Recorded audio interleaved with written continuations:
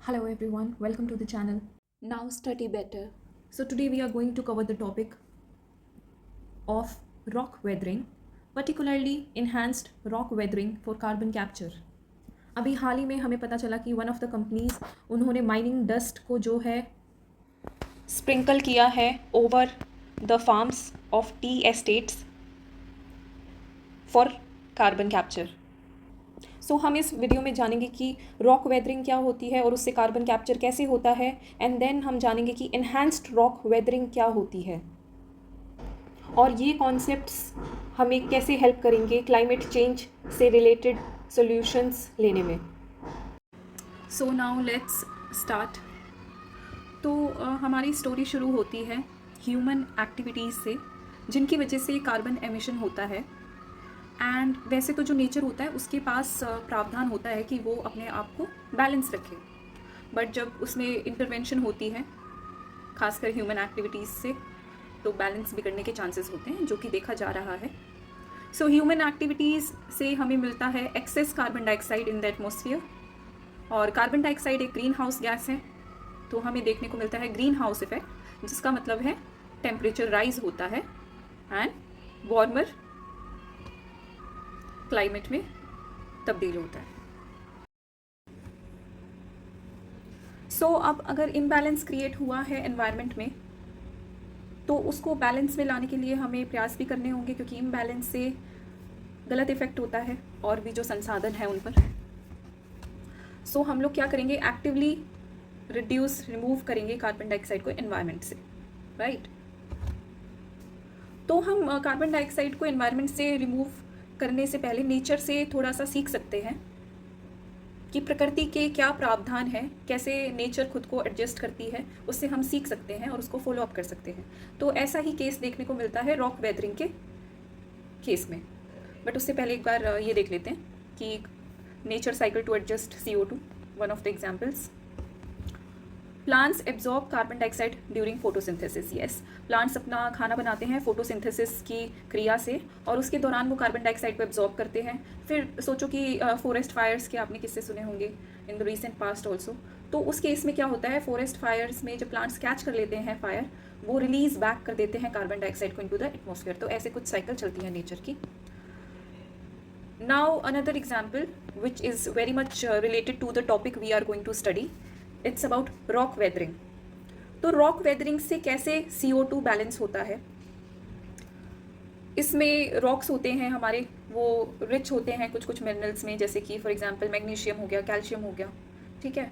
तो क्या होता है, कुछ समय बाद काफ़ी साल भी लगते हैं इस प्रोसेस में, वेदरिंग होती है उनकी, इरोड हो जाते हैं, टूट फूट जाते हैं, क्रश हो जाते हैं, कुछ भी समझिए आप। और फिर उनके जो मिनरल्स हैं वो रिएक्ट करते हैं एटमॉस्फेयर से, एब्जॉर्ब करते हैं कार्बन डाइऑक्साइड और मेटल कार्बोनेट्स में कन्वर्ट हो जाते हैं, bicarbonates, metal carbonates. Okay, so अब हम देखेंगे मेटल कार्बोनेट्स कैसे बनते हैं।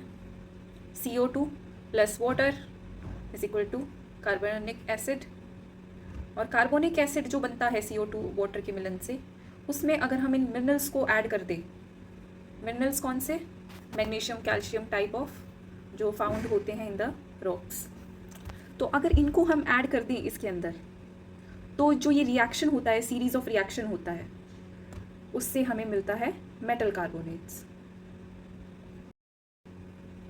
Now the point comes that what is the difference between this and this.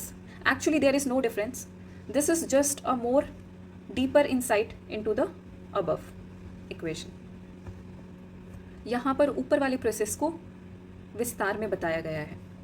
CO2 present होती है एटमॉस्फेयर में, वाटर किसी भी फॉर्म में हो सकता है, ह्यूमिडिटी जैसे इन द एयर। उसके बाद इनका रिएक्शन हुआ तो रिजल्टेंट है carbonic acid. Carbonic acid minerals के साथ रिएक्ट करता है जो वेदर्ड रॉक के होते हैं। अब रॉक की वेदरिंग हो गई है तो वो जो मिनरल्स हैं वो ज़्यादा एक्सपोज हो गए हैं to the atmosphere.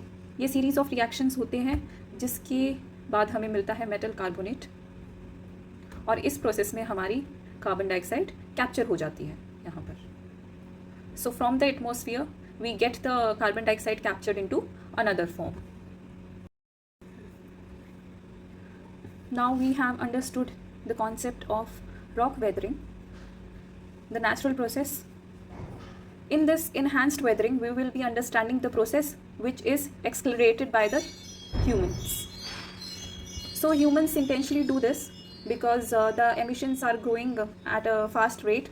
So we have to balance it with the removal also. So the main objective behind the enhanced weathering is to remove the CO2 and put the resultant product to good use. So how do we do that?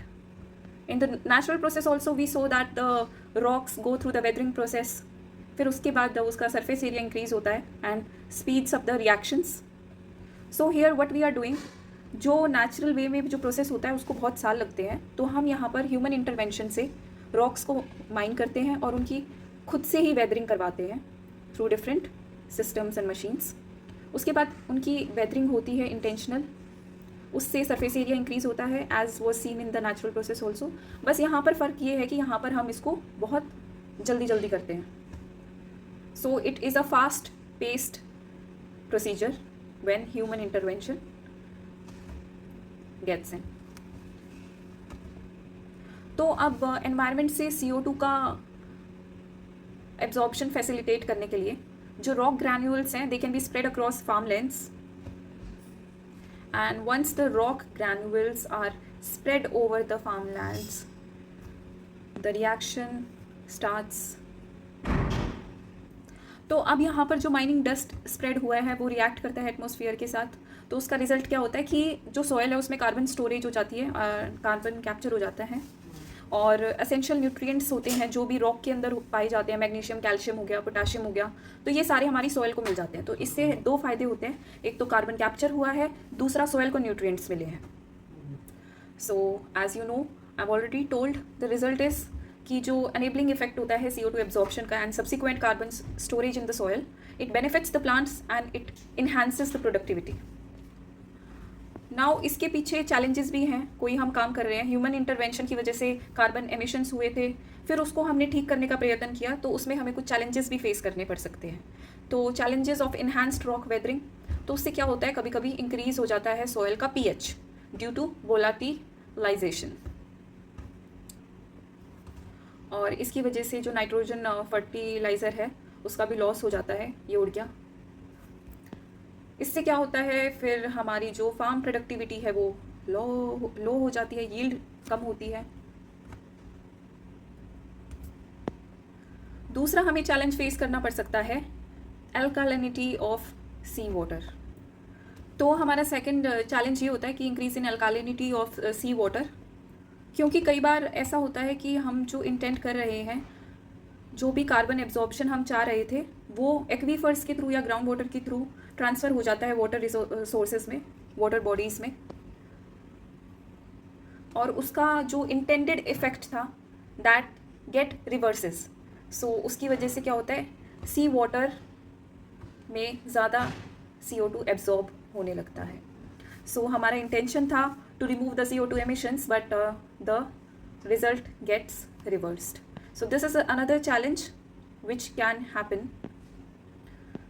So let's look on to the another hurdle, which is availability and distribution of suitable rocks, because we need to have suitable rocks available so that we can follow this procedure of carbon sequestration.